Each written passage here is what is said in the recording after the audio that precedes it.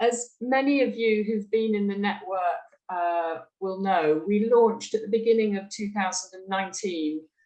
We launched a sort of 4-year campaign with members of our network, organisations who are in our network, around 4 steps of equality for children connected with the street. And in this year, in 2021, we focused it around access to services. And that was very much the theme of International Day of Street Children on the 12th of April. And it was so exciting to see the increase of social media reach from that, but also what people were able to do in terms of reaching out to governments or local government or national government where they're operating. And we've been hearing some really nice examples of that over the week. So next year, the International Day of Street Children will be themed around the 4th and final step of that 4-step campaign, which is around the provision of specialised services. And a few weeks ago, maybe even a couple of months ago, we brought together folks within the network who were interested in beginning to shape what that should look like. And we looked at various angles of what we might want to focus on in terms of provision of specialised services. We started these 4 days actually with a discussion about alternative care, which is obviously an important part of that. But after we'd had the discussions, what came through and what people were really excited about was the idea of celebrating and enabling those who work with street-connected children, specifically street social workers, but actually also other frontline workers who maybe support in residential homes, etc. So we thought it would be brilliant to have this panel today to bring together folks from within our network to put further definition on what that could mean for people in different contexts, and how we could also craft a sort of global message, but tailoring it to the different environments where people are working, and hopefully really using it to share messages both with the general public, but again also with local government or national governments. So that's the purpose of today's session. So it's really the kind of salvo, if you like, for getting our messaging and shaping what we're trying to say collectively and as individual organisations next April. And I'm really pleased that Hugh Salmon has agreed to chair this panel. I've only met him, and it's been such a pleasure to work with him just ahead of this. He's a qualified social worker with 10 years experience in direct social work practice and management of social services. But he's also got 20 years experience working internationally as a technical advisor, trainer, and program designer and manager. And Hugh's currently, and it's so relevant to what we're trying to do for this day, he's currently the director of the Global Social Service Workforce Alliance. And so he thinks about those on the front line of delivering social services and what enables them to do their jobs as effectively as possible, but also in a way that's enjoyable, that makes people feel motivated, and in ways that they are recognised and respected in their work. And I really genuinely feel really lucky that Hugh agreed to chair this panel to us. So over to you, Hugh.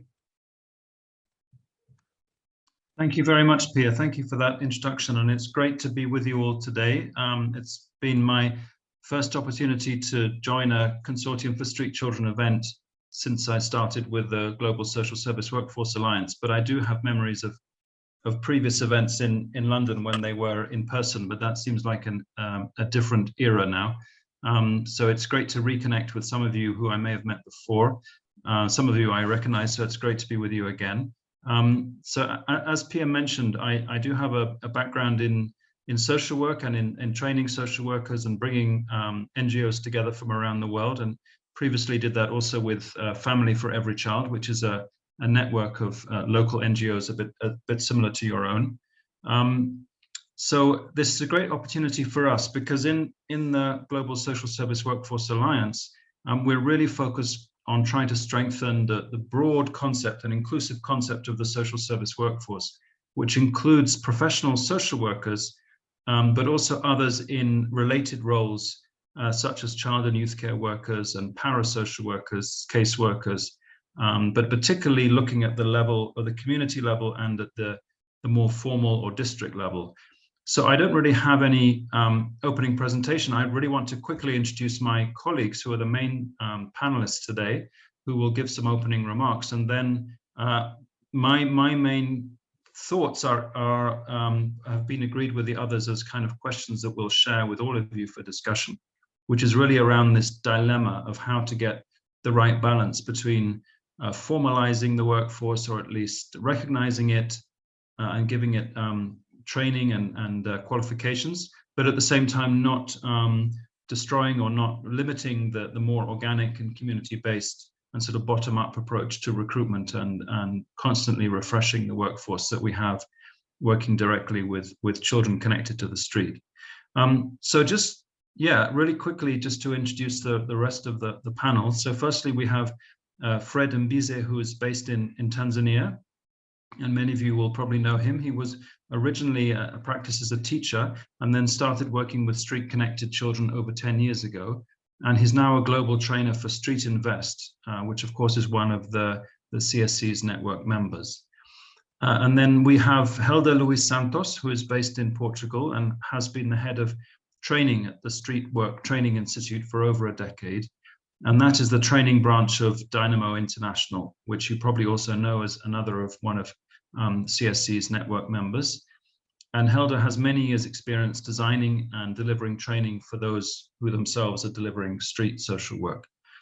And then we have Bishnu Paudel, who is based in Nepal, and he is the assistant program manager at CWIN, one of the CSC network members. He has over 10 years' experience of working on child protection and child rights issues in Nepal, including working with street-connected children. So if that's okay with everybody, we'll pass the floor to each of those in turn to give some opening remarks, and some of them will share a few slides. But then we really want to direct your attention to each other, to having an open and free-ranging conversation, for which we encourage you to open your video and speak directly via your microphone, but also to write comments on the Jamboard, the link of which you can start looking at now if you want to. It's in the chat. We'll try and minimize discussion in the chat if possible, because it's quite difficult for us to be looking at several things at once. If you have a technical support issue, by all means, put it into the chat. But if you have comments, try and write them on the Jamboard if at all possible. That's great. So I think over to Fred, if that's okay, just to hear your opening remarks. Oh, if we just start with Bishnu, sorry, just for the sorry, order. I'm reading order I have here. Bishnu, sorry, I should be. Okay, Bishnu, over to you. Yeah, I'm fine, thank you. Hello, everyone. Very warm namaste from Nepal, and I'm so grateful to have you all guys, and I'm so happy to sharing my experience while working as a street social worker for the protection of street children. And I just have the titles that provided by CSC, and then celebrating and enabling street social workers. So thank you very much, and please for the next slide. So in general, this is only introduction about social work in Nepal. There are so many social workers working as a social work, and within more than 30,000 organizations in a different parts of society and then issues around the countries. And like still this 30 years of movement in Nepal, there are no any definition of social work or street social work in Nepal. Still, we are following the things that come from the foreigner, and then still we are depending on that. Thank you. Next one, please. So I basically focus on the how street social workers are defined in Nepal. So it goes like in 5, like street field workers, peer educators, outreach workers, social activists, and volunteers. These street field workers always work in the street and basically in the issues of street-connected children and then children in vulnerable situations. And peer educators, now we have we are using this concept because a peer can understand peer feelings. So this peer can be the from the main areas, like from the street, who have so many long background that they already survived from the street, and then again they became like a change agent to their own friends and for themselves as well. And outreach workers, that the different organizations who are working for the street children, and they have given this a name as well as outreach workers. And social activists, that's we all are, that's always we are always in front of street, in front of the field. And then another one is volunteers who are really engaged, or who are very courage to work for the protection of street-connected children out of vulnerable situation children. This we define in these 5 points for the street field workers. Yeah. So these are the some work or roles that every time street field workers are doing: regular field visit and playing vital roles between service providers and with the children, and building the strong relationship with the children, and then response in emergency, and providing support to their families and caregivers, and orientation on risk management of street life. These are all the works that we are doing. And next slide, please. And other is life skill training for street children, and substance use abuse counseling, and rescue rehabilitations and management, and creating access to education as well, and providing referral and access to community resources, and coordination, cooperations, and lobbying with the government and like-minded stakeholders for the protection of street-connected children. Yeah. So some challenges here, I like to put, these all challenges belongs to street social workers, not with the children. So all the social workers, they have unsecure job and salary and motivations and respect and self-security, less opportunities, and threat of children and young people, project boundaries, and less infrastructures to learn and earn as well, and lack of coordinations, cooperations by the authorities, and not prioritized, because still these social workers are not seen very widely, because we are still inside one boundary. So we can't, most of the peoples, they are not giving more priorities for street social workers. Yeah.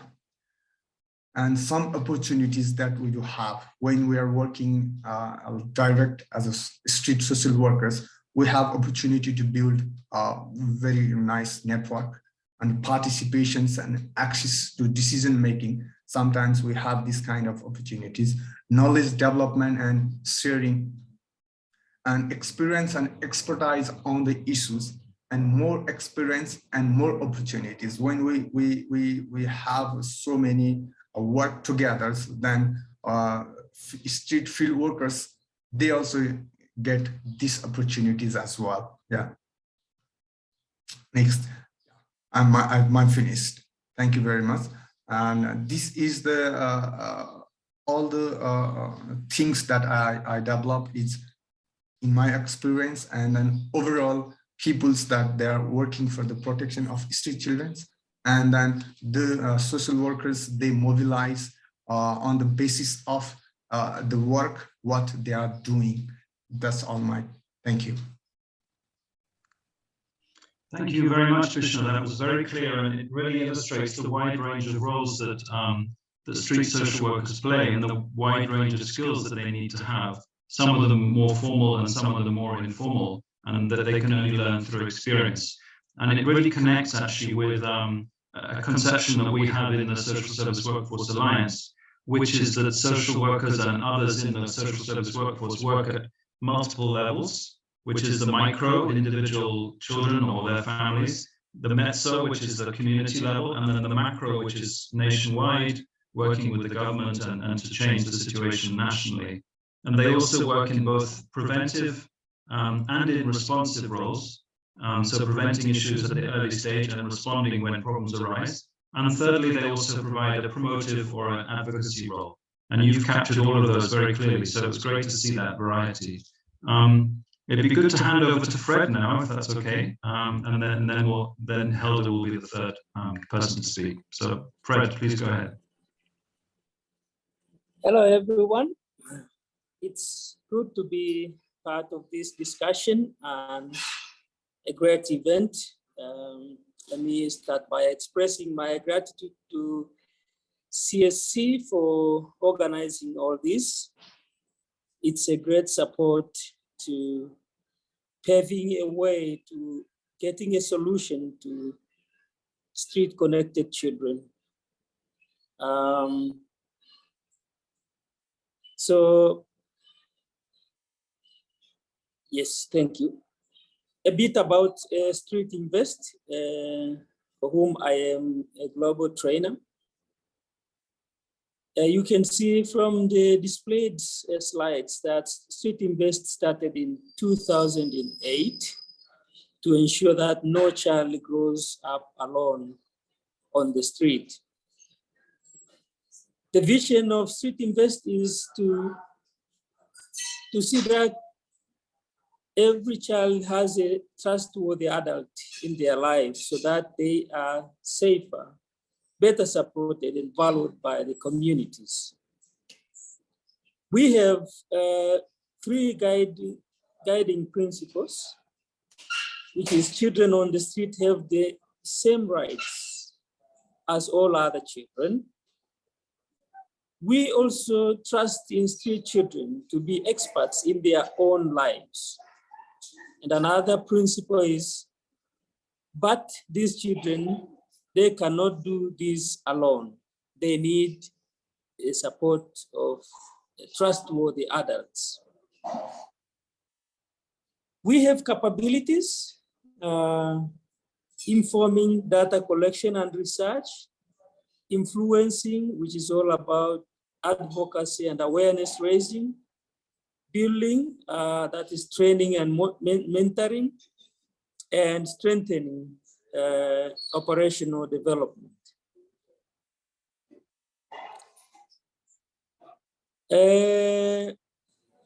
Our approach is actually the rights-based and child-centered street work. We believe this is the first step towards a positive long-term change in a street child's life. This is a very important part. It connects with the children for whom trust in adults has been broken down, has been completely lost, and opens the door for their positive growth and development, and actually the realization of their own rights. This is very important part. You know, we all know about perceptions of street children, you know, from communities. They are all often negative and misinformed. The reality of street children's lives is very complex, and they find it hard to trust adults who could actually help them. Sometimes people who go out on the street in the name of helping may end up doing more harm. Street work, therefore, rebuilds that trust. And street workers help children to access food, shelter, and medical care on the streets, and aim to help them find solutions in their own life. We can see, therefore, street work in this way helps to reduce the stigma and discrimination that the child suffers, and enables the child to grow and develop so they can reach their full potential. The next slides, please. Let me talk a bit about StreetInvest training, which is actually very important. We have achievements of 5,000 participants since 2008. Let me say I am a beneficiary of this training. When I left teaching for the first time and started working directly with the young people on the street, it was very tough for me. Moving from the school setting where you expect everything to be organized in order, the bell rings at school and the kids know where to go, what to be doing. Now you're on the street with some children who have gone through traumatizing experiences. And you wonder, the day starts off, you're with them. You wonder, what are you achieving? It was very difficult for myself. And I was actually in the verge of trying to think of, should I continue working for street children or needed to do something else? And then I received the StreetInvest training, which helped me to understand street children, understand even how I needed to measure the progress that they were making, the need for looking at the baby steps the children were making and looking at each child as an individual. I realized, wow, my capacity to work with the street children was built.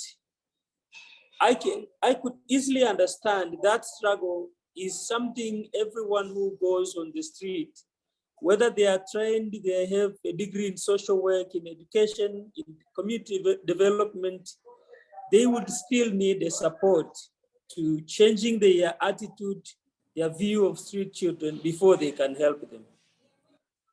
So that's a bit about how the training helped me.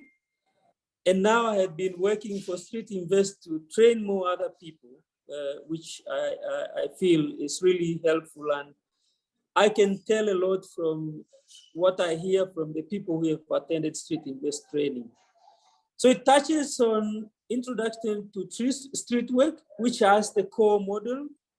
Then there's the one-to-one engagement, group work, working with girls, observational headcount for street workers, the values and attitudes training for police, duty bearers, and community members, which is very, very important. This training was actually accredited by University of Ulster, but there's a big challenge to maintaining the accreditation. The next slides, please. Now, in order to understand street work, first one needs to understand street-connected children. Street-connected children break the social norms around how children should live, survive, and behave. And they face specific challenges related to street life. The frontline workforce, therefore, must have specialized training on how to respond to this group in a child-centered way. Without the specialized training, without building capacity of the frontline workforce, it is actually difficult to support these children.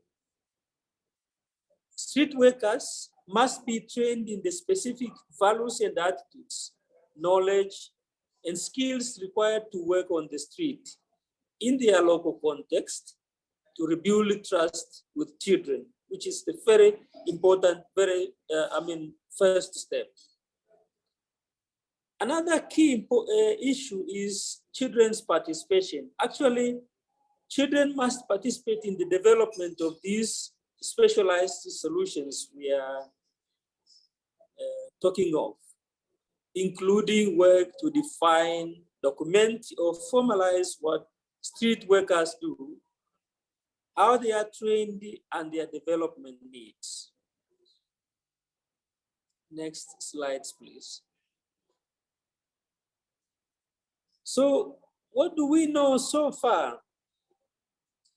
street-connected children are critically under-supported and deemed too difficult by mainstream services and programs. It's very common to hear people talking of how difficult street-connected children are. And sometimes don't be surprised if a qualified social worker who has been doing social work in the mainstream services for long may not be confident enough to work on the street. We need more trained, trusted adults on the street who can support the street children. And street work is sadly often the least valued layer of intervention in a program. It is seen as unskilled and often largely observational, with the street-based staff tasked with identifying children to recruit into structured programs. It is sometimes really surprising to see street workers being treated as if their work is to be on the street, be around the bus stations, to meet the new children who are arriving on the street, rescue them to a center, or register them to some shelters. And it's completely forgotten that the relationship of trust that is important to supporting children is one area that must be considered seriously. Next slides, please. Questions we are looking forward to hearing your thoughts on. How can we demonstrate a network, the value of street work, in a way that will resonate with governments, funders, and wider child rights and development sectors? We know the greater the formalization, the less accessible it is. Is this true? How do we proceed with organizing recognized certification in such a way that it comes from the sector itself to ensure it actually doesn't lose its core principles and relevance to street life? Thank you very much. And back to the chair. Thank you very much, Fred. It was great to hear your story and to hear your experiences, and it's particularly helpful to hear about somebody's personal reflections on their career and how at one point they were, you were somewhat despondent about whether you would really be able to continue doing this work, and then you could see how it actually can be a profession, how it can be developed and strengthened, and you can also share skills with others, and that those skills, that training content can be accredited. But quite rightly, with accreditation comes a certain dilemma as to whether in trying to maintain the requirements for accreditation, we lose some of the spontaneous, organic or bottom-up nature of the training. I'm sure there are millions of analogies that other people can think of about something that was new and fresh, and then as it became a wider scale, it became it lost some of its original spirit. Maybe you can think of certain products or even types of music that have done that over time. I was thinking even of revolutionaries. Revolutionaries tend to be very fresh and inspired at the beginning, and everybody can identify with them. But over time, they end up creating some kind of elite and building fortresses and just defending themselves. We are not like that, I'm sure, but when we get into a more formal role and when we start defending our status and getting more respect and formality, do we lose something? And we're going to be discussing that soon. So it was great to hear that conversation so far. So I'm sure our next speaker, Helder, will have some reflections on those topics. Just to reassure you, those of you who have burning questions, we will have a chance for questions after Helder's presentation, and then of course we'd very much encourage your comments, both verbally expressed and also in the Jamboard, which hopefully you're starting to have a look at as well. So over to you, Helder. Thank you very much. Thank you, Hugo. Well, I'm Elder Luis Santos from the Street Work Training Institute, and as we said, is the branch of education and training of the Dynamo International Street Workers Network. Is a network of street workers that working in the street in different places in the world, organized by platforms. We have in this moment 53 platforms around the world. And from the beginning, this is one of the evidence that we realized is that we have different settings, different contexts, but in the end, we have a common identity, sharing identity, and is very important because in this panel, we start by two great presentations.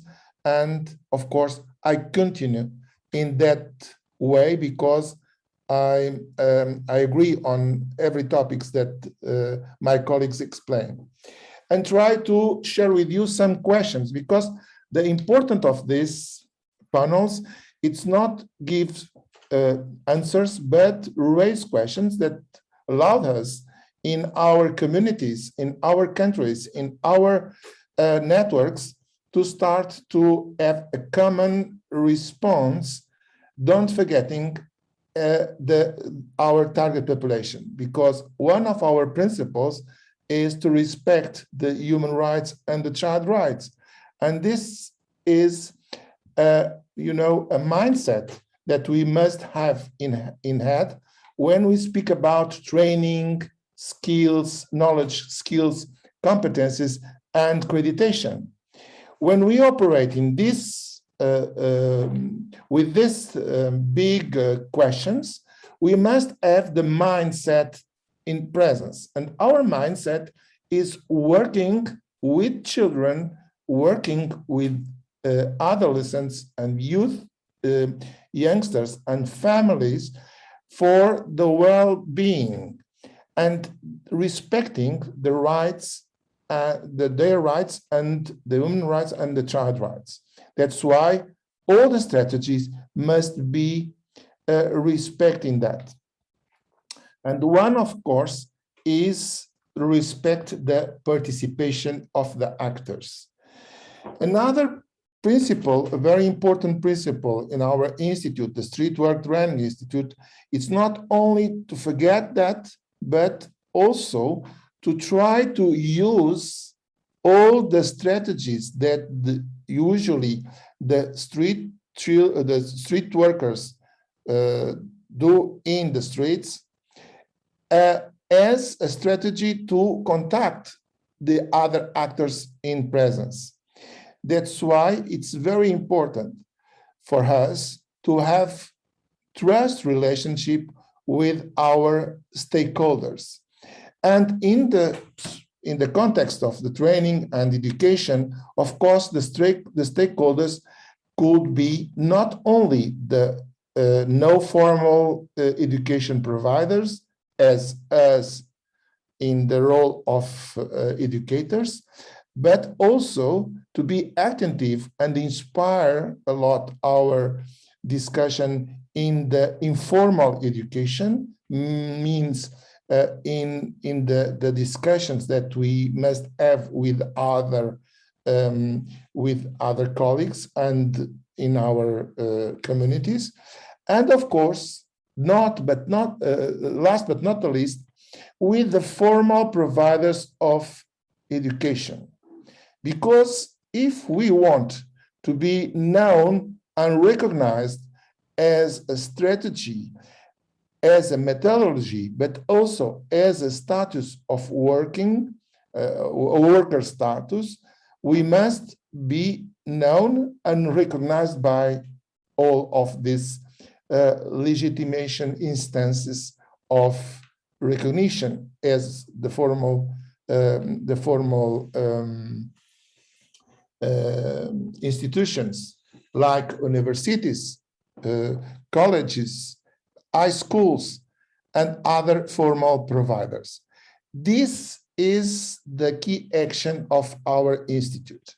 Our institute don't only provide a long ongoing training with street workers, but also we provide connections and interactions and networks with the formal institutions like universities. We have masters where we have a great possibility to intervene because his masters on the social work or in social education, where we are invited by the universities to appear to share with the new master's degree persons to share our methodology. And this is very important. Another thing is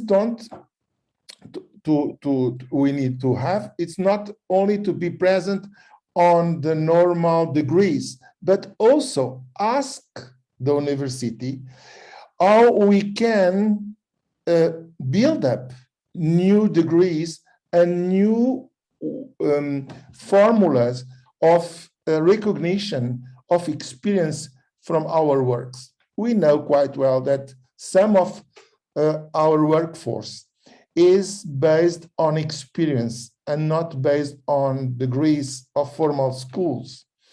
And that's this key challenge is very important because we want to recognize them as good social workers, but also to give them the possibility to have diplomas provided by the formal education organizations and providers.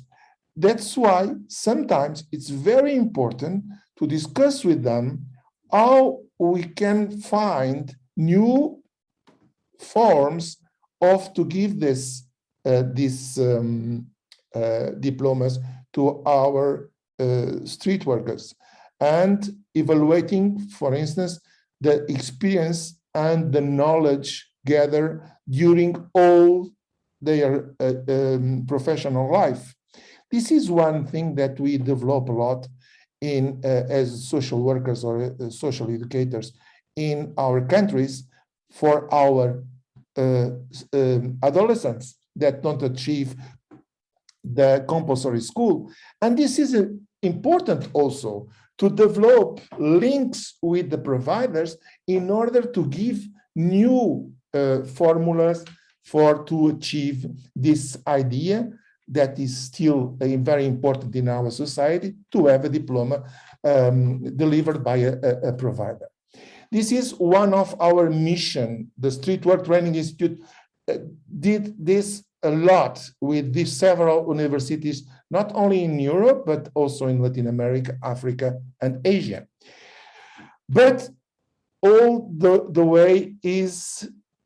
this is based on the trust relationship that we use as social street workers on the street to deal with our street children. And this is our principle of also to work with other stakeholders in that other stakeholders. And the stakeholders, the second group of the stakeholders that I want to share with you as a very important is with the local authorities and politicians or decision makers. This idea that we are in the last layer of the social service must be treated by us as a point of on the agenda with these local authorities or decision makers. Why? Because it's very important to be known and recognized, but to be recognized, we must also to start to have this connection and interaction with them.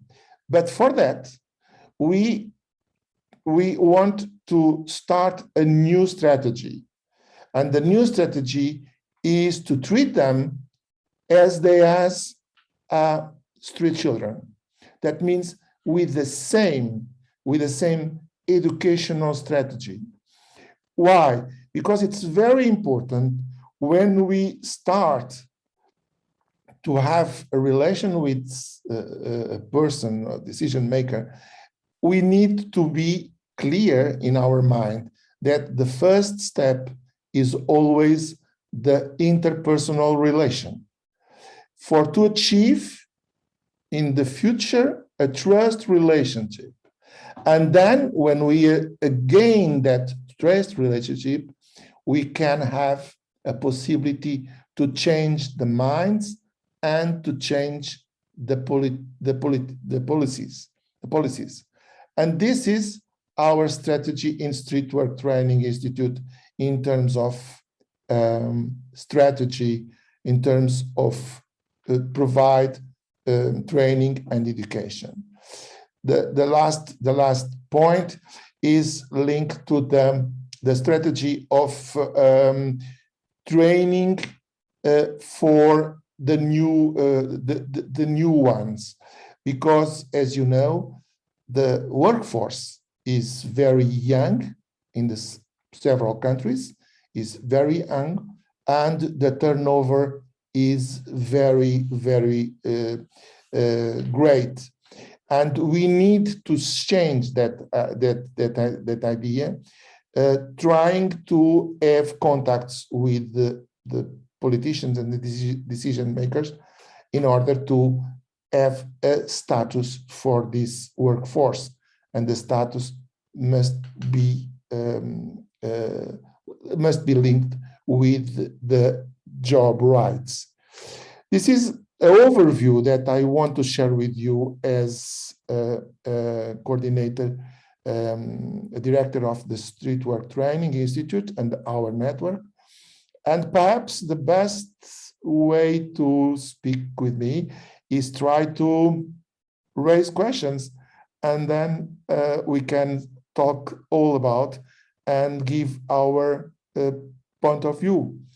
And meanwhile, I send you by mail, by the chat, sorry, my contacts for future questions. I give you the floor to Hugo. Thank you. Thank you very much, Helder. And maybe my other colleagues can also share their email addresses if other people want to follow up in that way later.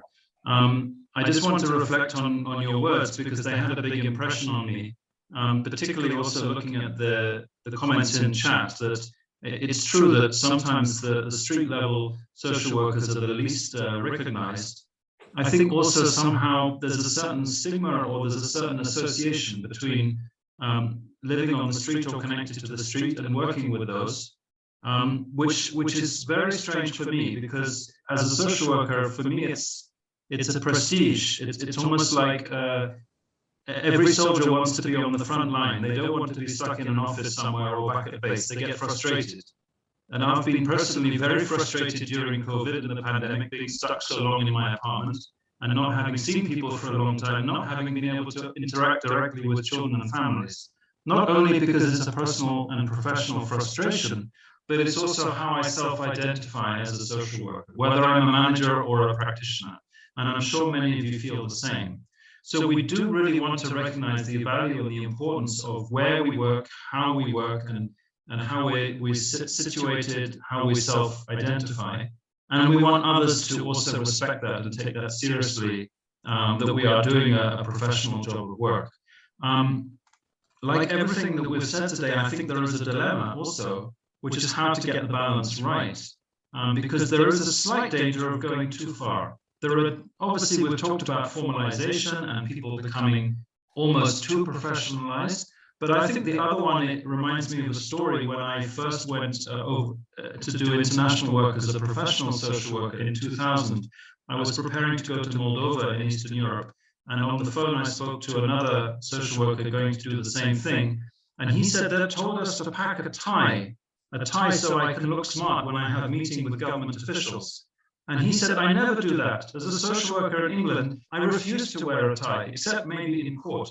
I'm a social worker, I'm not a civil servant, and I'm not a lawyer, so why should anybody tell me to wear a tie or look smart. And I said to him, well, maybe when we get to Moldova, sometimes we will have to meet with government officials and they will expect it, and they might take us more seriously if we also wear a tie because everybody else is wearing a tie.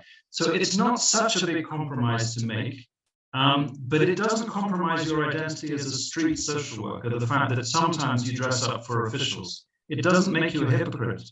But what you're saying is something that Helder made very clear, is that we need to build alliances, just like we build alliances of trust with the children themselves and with their families. And we build alliances amongst ourselves.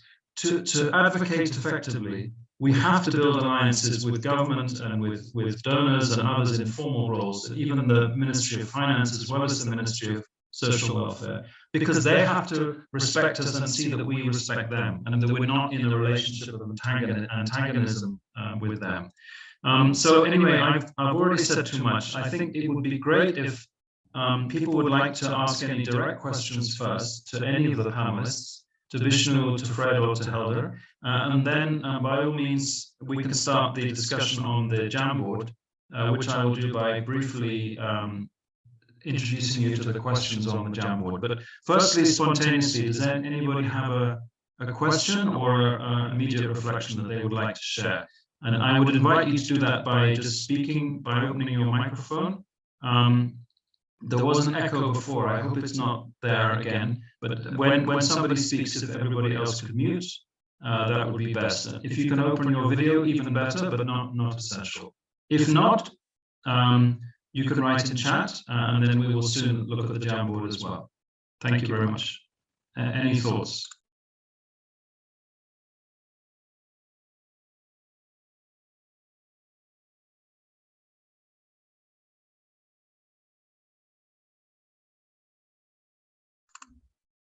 Okay, so no immediate thoughts. Oh, yes, go ahead. Oh, sorry, I'm Natalie Turgott, CEO and founder of Street Rights, and actually a trustee of StreetInvest. So thank you everybody for those presentations. I thought they were really interesting. And this, key question about how do we get street work to be more recognised. I don't know if CSC on the call have any sort of analysis of, or StreetInvest may actually know this as well. How many organisations do prioritise street work, and sort of from CSC's perspective, therefore, how can we move to get this more of a priority across the sector?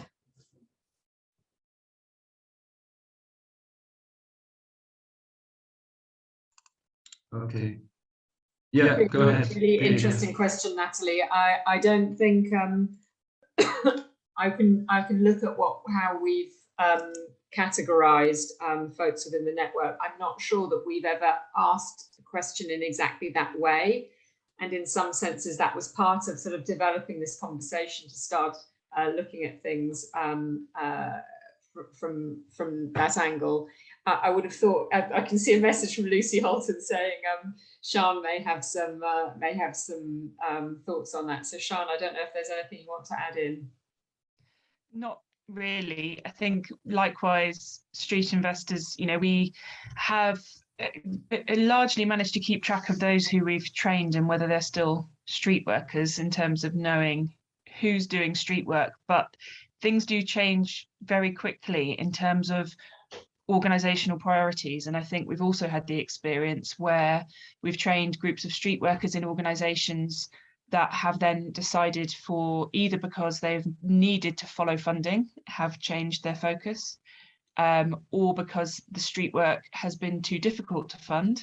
I think we need to be realistic about the fact that it's not, there have been multiple occasions where organisations that we've known and worked with have said, actually, we've decided we're not going to do it anymore because we can get funding to do something else, or to work in an education to focus just on education and just on getting kids in school. And we know we can do that and get bums on seats in classrooms, and it's much easier than street work. So I think what probably getting a proper idea of how many organisations do have dedicated practitioners who work on the street, at least some of that, it doesn't have to be practitioners who are full-time on the street. And actually it works well when those individuals on the street also work in structured settings as well as a bridging.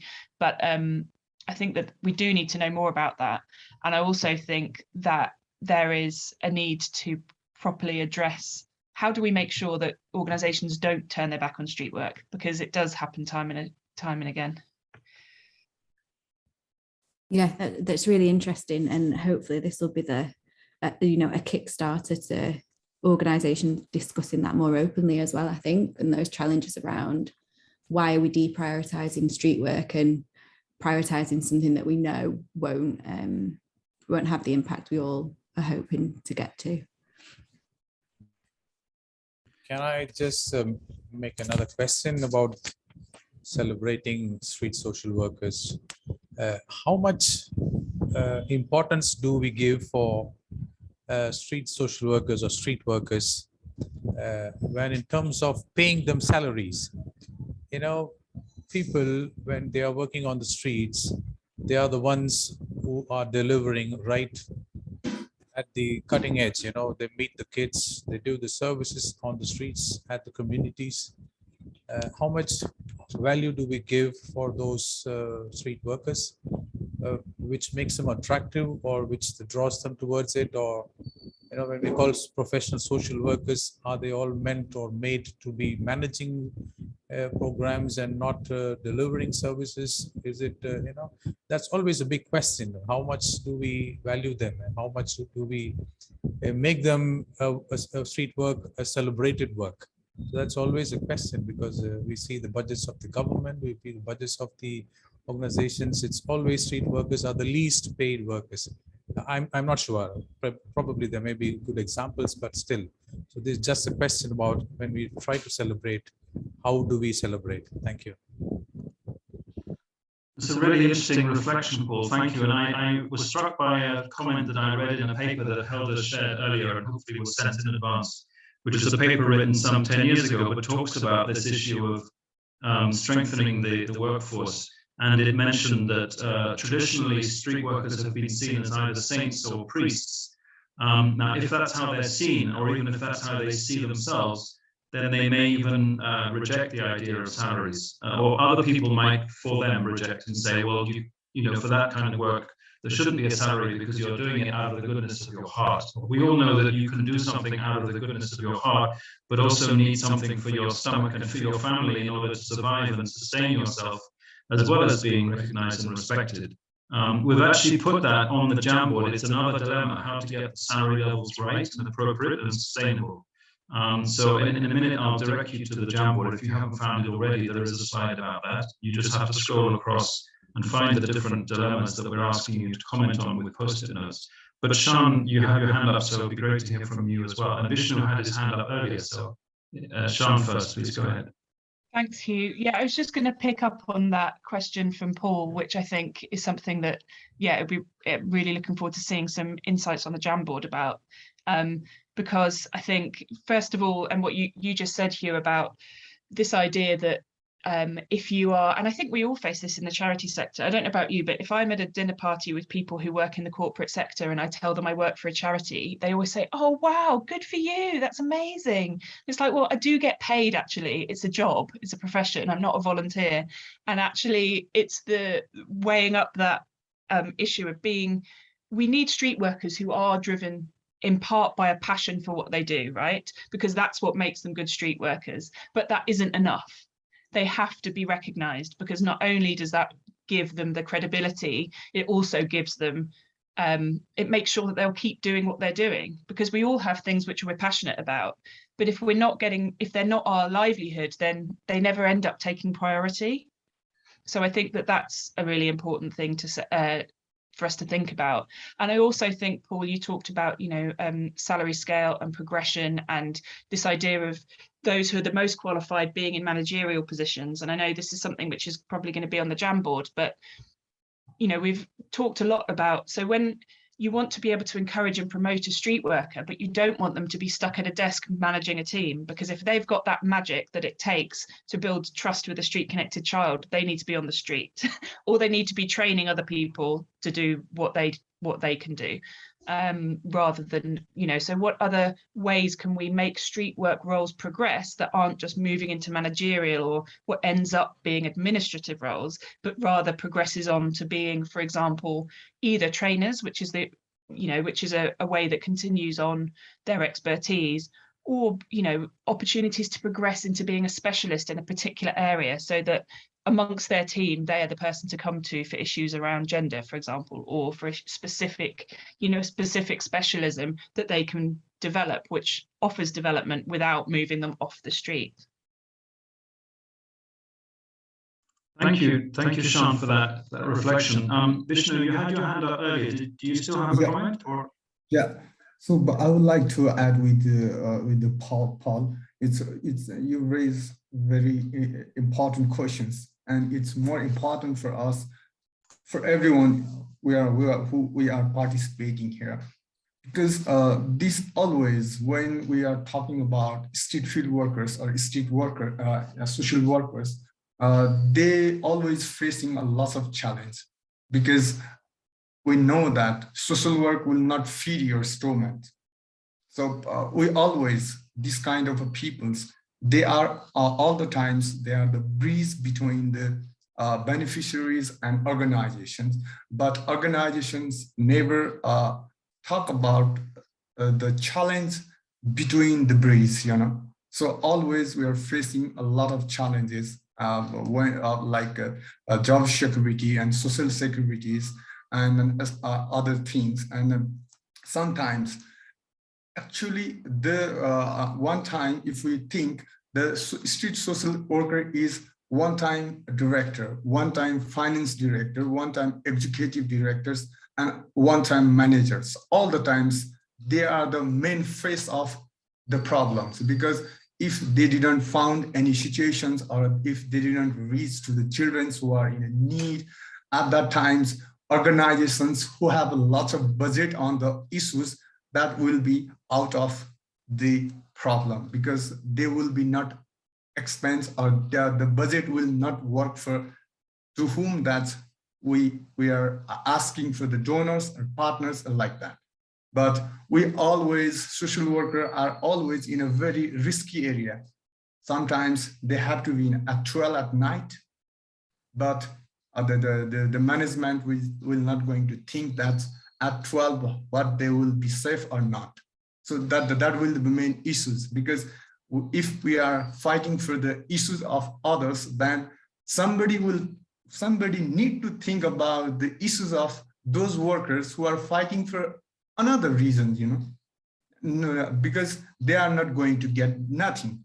We are not going to get anything that we are not going to, but we are trying to save some lives on the street. That's we are putting our life at risk. So it's very critical questions. Sometimes when we ask for the donors, then we have to think about in between that situations, and then some benefits to the social worker as well. And then it's a very huge challenge. I'm not sure, but globally it's happening, because we are not recognized, we are not well paid, and then we are not, the peoples are not thinking about our social security as well. Yeah, thank you. Thanks very much for those reflections. So we have two more hands up, Helder, and then our colleague from CSC Network. Sorry, I can't see your name on your. Yeah, but go ahead. So Helder first, please. Yeah. You're muted. Yeah. About Paul and Chen, I would like to share with you three projects that we have in order to be recognized as a methodology, but in the end to recognize the strategy of a methodology of social street work as a tool that we must have in consideration when we speak about, for instance, questions like social work, inequalities, education, and so. It's not only the question of the street children, it's the question of some points that we need to take care in terms of community, government, and local authorities. The first one is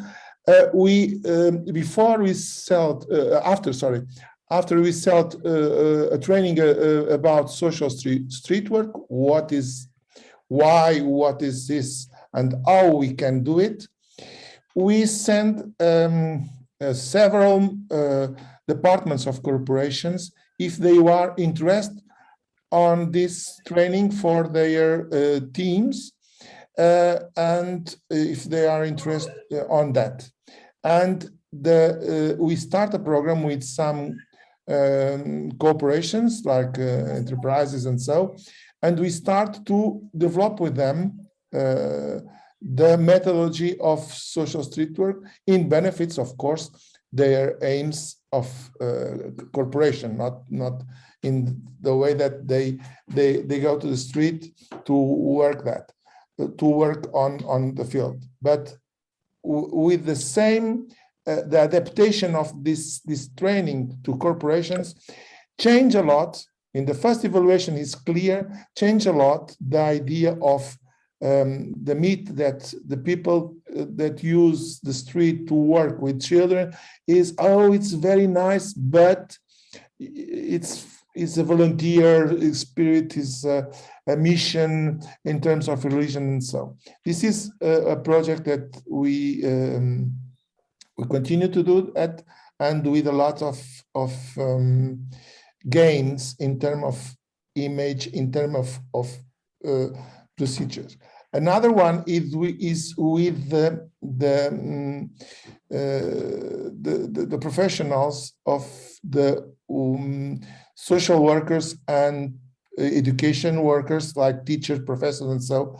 We show them that this is a tool that is part of the building of the social affairs or the education, because we know, for instance, in Europe, this is very there are lots of examples. We know that there are a percentage of children that stay in the street because they drop out of the formal school, and try to send them, try to talk with them about our methodology in terms of to reach this kind of population is part of the building of the education response for proposed by a government or a local authority. This is two examples that we have, and that think it's important to share with you. Thank you so much, Helder. And over to you, Lucy. You had your hand raised earlier, I believe. Yeah, one of the Lucy's at CSC. Sorry for not putting my name on. Sian just touched on this, but I wondered more generally about the role of funding organisations in the kind of and then reprioritisation of street-based work in the sector. Coming from a more youth-based background, youth work-based background, I can see the links in the trends, say in the UK, of moving away from open access youth work, and whether it's part of wider trends of funding different type of interventions. And then to the panel or to anybody in the room, whether they have like a positive example of working with a funder to reprioritise this work.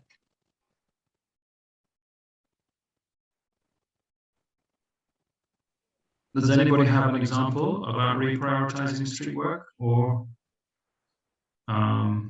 any other training models that anybody else would like to share?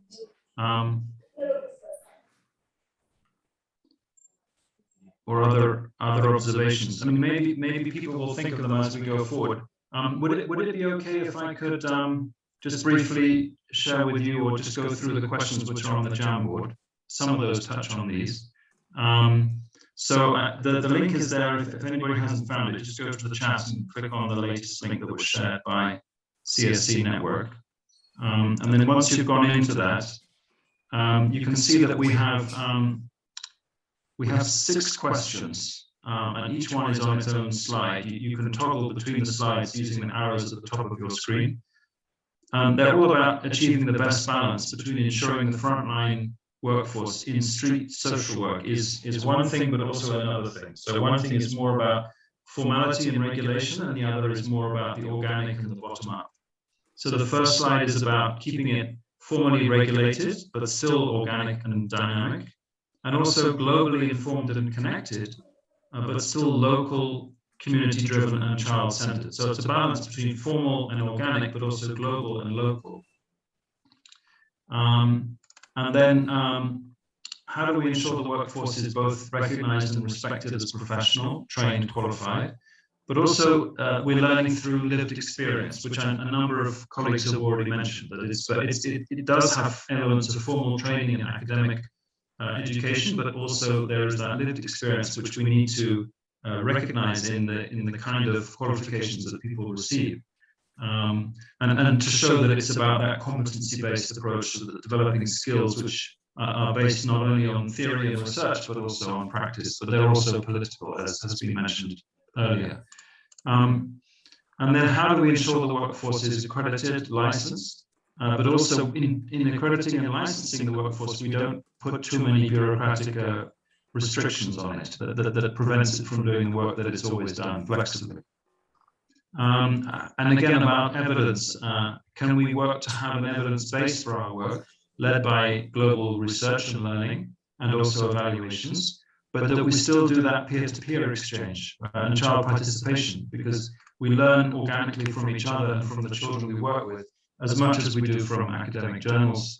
Both have their place.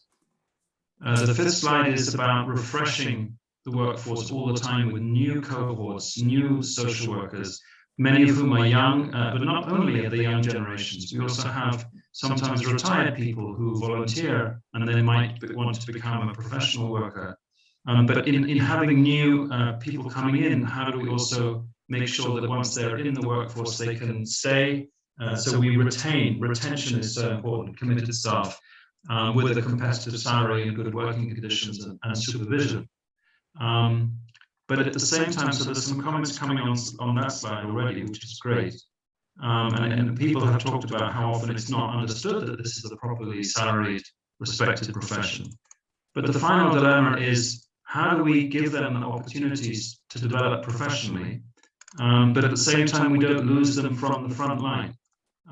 Because we don't want to deprive children of consistent staff. I know that children, street-connected children, just as children who receive social work in many different contexts, often mention that I had one really good worker, but he or she left after only 1 year, and everybody else has only stayed for a short time. So I've actually lost trust that I can ever build a relationship, because like other people in my life who've let me down, now I find that these street workers, they're also always changing. So how do we keep them in practice? And a few people have talked about that. If we think about musicians and the conductor of an orchestra or a great heart surgeon, that person for 30, 40 years will still be doing that, practicing that profession with patients, with a real live audience. They will be doing the thing that they're good at, and they get as much prestige for doing it after 30 years as they did at the beginning. It's recognized, but they also have managers, they also have accountants, but they don't have to give up what they're passionate about and just do the management themselves. There's a complementarity between maintaining practice and being a senior practitioner, but also having backing from management and finance, which of course is essential, otherwise we will not be able to continue with our work. So that's what's happening on Jamboard at the moment. Lucy, I'm conscious that maybe we didn't do justice to your question, so it would be also helpful if you could write it in the chat or on the Jamboard, but if you want to, then people can have a little bit more of a think about it as well. Meanwhile, does anybody want to either answer Lucy or have an additional comment, or maybe tell us that you're about to write something in Jamboard so we can look at it? Can I just quickly come in on Lucy's point there? And I think that that's a really good question, Lucy. And I think that if we can all pool our experience in actually convincing funders that street work needs to be properly resourced, then that's, that will be an incredible achievement, because it's something that StreetInvest has struggled with for the whole 13 years of our existence. And we have had some successes. They have tended to be where there is a preconceived outcome that the street work is achieving. So for example, a kind of in Sierra Leone, a post-Ebola response that that rolled out a large number of street workers specifically around getting kids into school. And that was great because it meant that we trained, that was working with Street Child, we trained huge, a workforce of 100 street workers, which was amazing. They all got out on the street, but it had to be within the remit of all these kids are out of school post-Ebola, we need to get them back into school. And so it's making the case that street work needs to be resourced properly, whatever it leads to, and that it's not about being measured by how many kids are in a classroom or how many kids are reunited with their families. The goal is just for kids to have, those children to have a trusted adult, and that is the outcome. And actually, there have been many also attempts by lots of different organizations, not just StreetInvest, to be able to really measure that. And we have our own way of doing it, but it's by no means fail safe. And it's also something that some funders would probably just not even give the time of day, whereas others would be more open to understanding the more psychosocial impact of street work as it is, regardless of whether it's measured by what happens next. So it's a really interesting observation, because it made me think about other professions, like with nurses or community midwives, for example. You wouldn't just say, okay, your job is to vaccinate 1,000 babies, or your job is to deliver 500 babies and then you're done. Thank you. We would never think of it like that with another profession. So why do we instrumentalize this workforce so much to say that their value is only in producing or delivering a certain resource or service, it may be in an emergency response like COVID, and then thank you very much, you can stand down, or you'll have to just do it voluntarily because we won't be funding you anymore. So trying to actually fund that ongoing engagement that achieves that consistency that the children really need is clearly a big challenge. And there is some very good research coming out at the moment, which I would encourage you to look at, from the Alliance for Child Protection and Humanitarian Action. I'll put the link in the chat before we're done, which is looking at the dilemma with community-level volunteers involved in case management in particular, that's been accentuated during the pandemic, whereby more and more the formal case management workforce that have a degree and have a computer, during the pandemic, they were stuck in their homes or offices in the capital cities or big towns. And they, because of lockdowns, couldn't get out, so they relied on volunteers, and often there was funding available to increase volunteers, and often programs want to roll out big time by having more and more community-based volunteers, but they don't think about their stipends and the training and supervision. And that has meant that there's been an increased reliance on community-level volunteers for quite responsible case management work, which is often quite risky and puts them into sensitive situations, dealing with child protection with their neighbors and people in their community, and for which they don't really have the training, and they often don't have any kind of stipend or salary. So it can also be seen almost as an exploitation to give them such responsibilities and so little support and recognition. So it has been written up recently. I'll share it. Fred, your hand is up, but it'll be great to hear from you. Yes, thank you very much. I mean, part of that is, again, because of the misinformation. I mean, people taking or making assumptions like street work is all a simple thing to do. It's all about going to meet children on the street, getting to know who is new, and all about identification. So until we have managers, until we have directors of organizations understanding street work is more than that, it's going to be difficult for them to motivate street workers. It's going to be difficult to pay street workers well, and it's going to be difficult for organizations to retain great street workers. So if we look at street connected children themselves, how communities take them, how governments look at them, sometimes they are like invisible. You know, yes, they are there on the street, but very little or nothing is done about them. You'll be surprised, sometimes you can hear some local governments identify most vulnerable children, and they have a list. But in that list, street children are not included, even though they are there on the street. So the fact that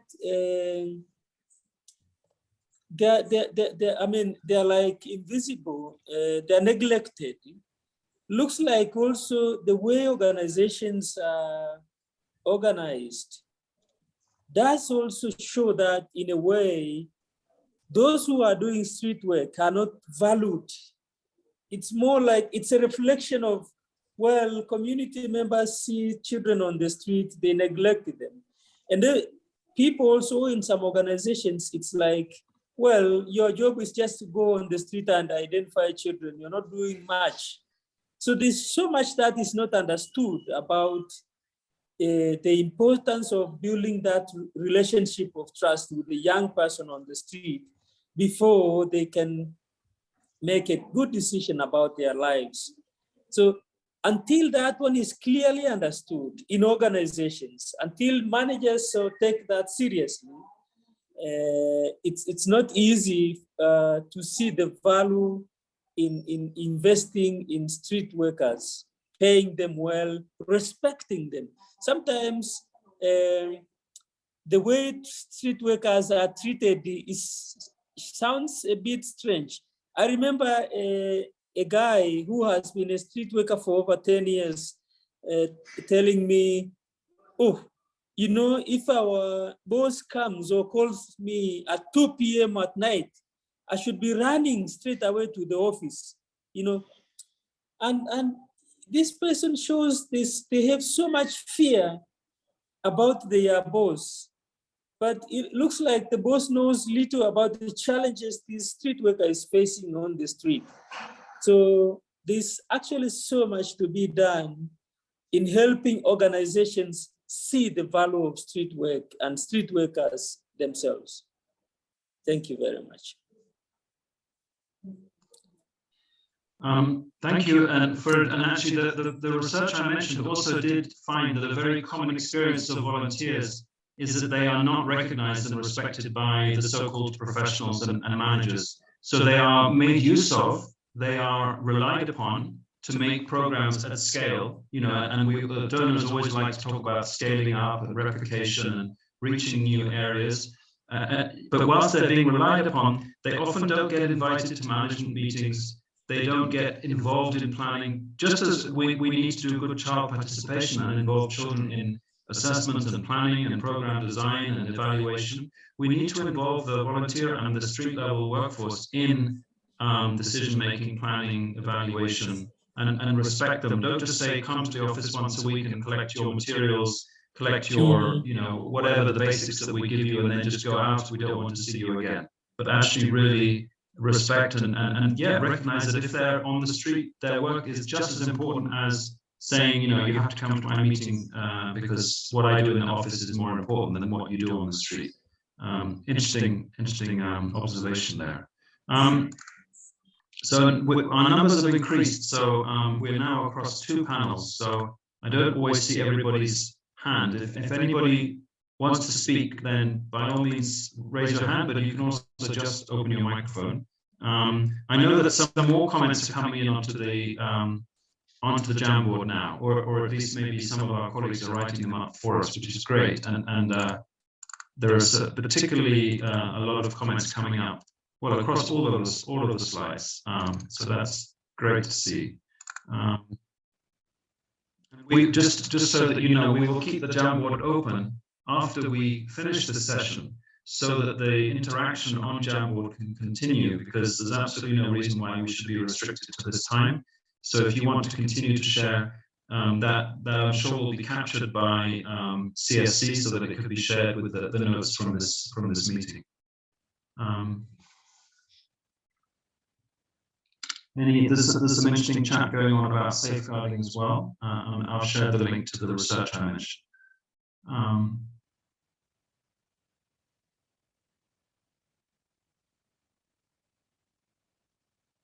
So the interesting point from Sean as well about feedback loops for monitoring, evaluation, and learning. So that we review and reflect upon data and learning from street work, because that's absolutely, loop is the right word, because it's a continual process of carrying out formal research, yes, but also reviewing it and validating it with the experiences of children and street workers. Another hand raised from another CSC colleague.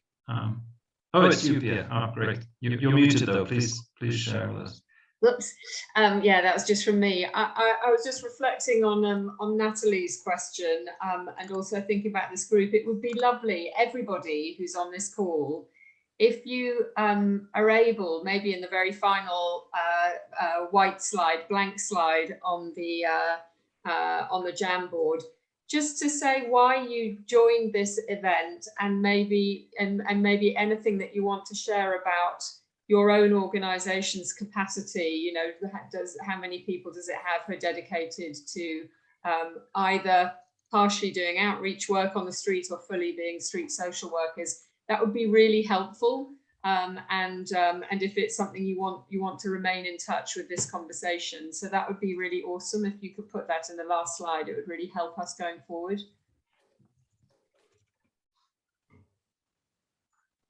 Thank you. I was just about to do that myself, but I will finish my own post-it notes soon. Helder, your hand is raised. It would be great to hear from you. Yeah, I don't know if you allowed me. I want to comment questions in the Jamboard, if it's interesting or not. I don't know. But yes, please do. Yeah. One question is, how can training meet local needs and cultural context while still ensuring high quality? Is interesting because we are in with the different national platforms in a process of research action about the quality in street work, in social street work, and the quality is based on a good, if we have a good model, a good principle, pedagogical model to deliver these trainings, the quality maintains. And for this quality, we need to adapt the training to the local needs and the cultural context. This is a kind of, circle. If you want to be a high quality training, you must respect the needs of the field, the needs of the social street workers, and also the cultural context. And behind that, we need also to put some challenges. The training, it's not only to give answers, is also to raise questions, and that questions could be also a great geyser, like a geyser to change some cultural contexts and some local needs, because sometimes we need to change the needs in solutions and solution in needs. This is a very important question, but for conclusion, the high quality training must respect that.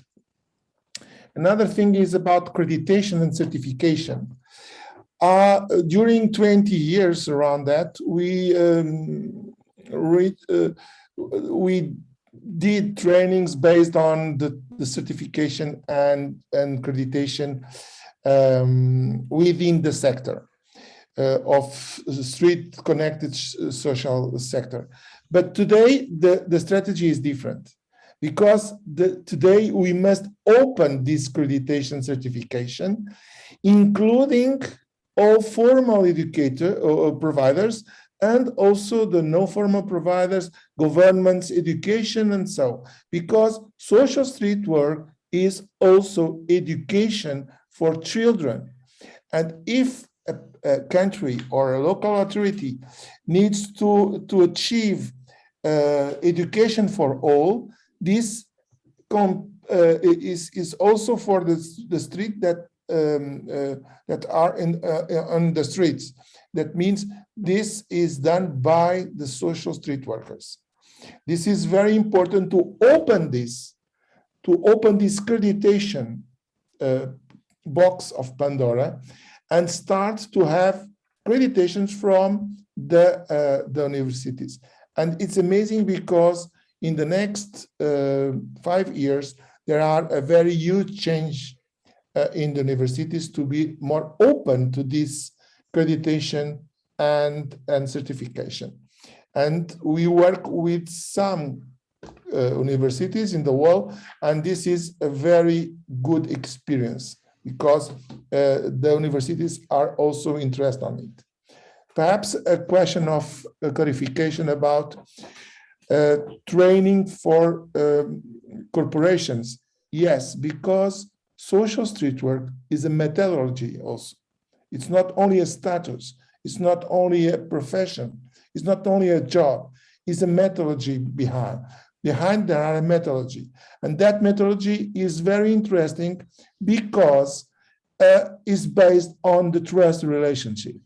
And there are lots of corporations that are interested on this issue, this question, how to improve the trust relationship between us and our customers and us and our consumers. This is very important for them. And through this training, through this methodology, we can, of course, share our experience on the field and change a lot the idea that the work with street children is only a volunteer service. Another thing that is very important for us, there are a difference between social street workers and volunteers that work with them on the field. There are different tasks, there are different trainings, and must be supported. If not, in the future, and be careful because we have a small example that we had in Greece with the first wave of refugees. Lots of volunteers coming, young volunteers coming from different universities of Europe, arrive there without any training and disappear in a week. And when we did a survey about what kind of idea that they have about refugees, that idea changed for the worst, changed for that, saying no, refugees, no, it's not. I don't agree that we are open to receive refugees, and this is based on the worst experience is the experience to put the volunteers as a workforce without any training, without any support.